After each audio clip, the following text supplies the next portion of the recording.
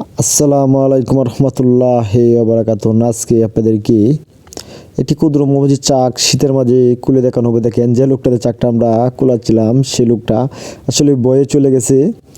আসলে শীতের সিজনে একদম মাছিগুলো শীতের কারণে একদম মাছিগুলো বক্স থেকে বের হচ্ছে না, সেজন্য আমরা বক্সটা খোলা, কারণ এখন এই সিজনে আমাদের ফুল বক্সটা হয়ে যাওয়ার কথা ছিল, কিন্তু বক্সের অবস্থা খুবই খারাপ বলতে চলে।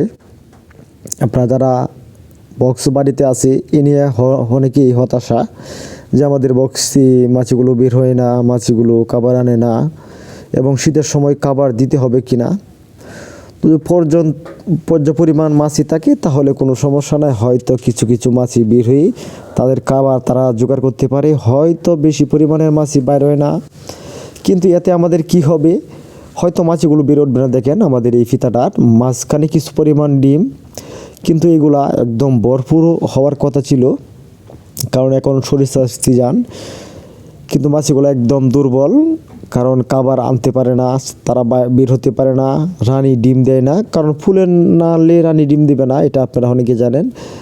দেখেন এই মাত্র হগলে শুরু করেছিল একটি ফিতা আমাদের বক্সে, ভালো পরিমাণ ডিম এবং ইনশাল্লাহ দিয়েছে, কিন্তু এখন আমরা চেষ্টা করব রানীটা দেখার, যে রানীটা আমাদের কি অবস্থা আছে, রানীটা ভালো আছে কিনা। অবশ্যই আপনারা ধৈর্য সহকারে ভিডিওটা দেখেন, তাহলে আপনাদের কি রানীটা আমরা অবশ্যই দেখাবো।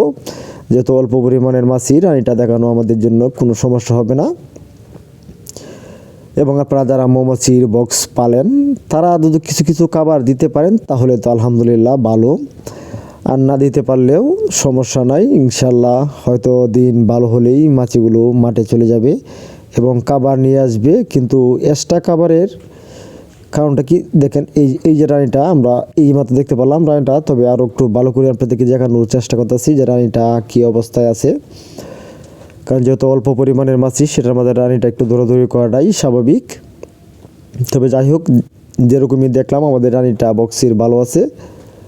এই যে দেখেন এই যে রানীটা একদম সুস্থ আছে, রানীটা দেখেন দৌড়াদৌড়ি করতেছে।